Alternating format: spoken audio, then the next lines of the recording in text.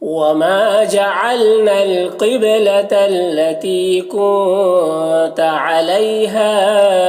إلا لنعلم من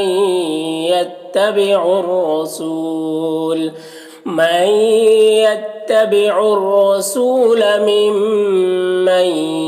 ينقلب على عقبيه وإن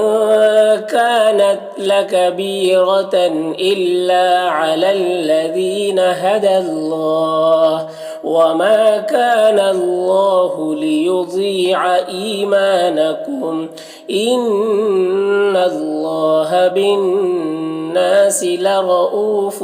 رحيم. قد نرى تقلب وجهك في السماء فلنولينك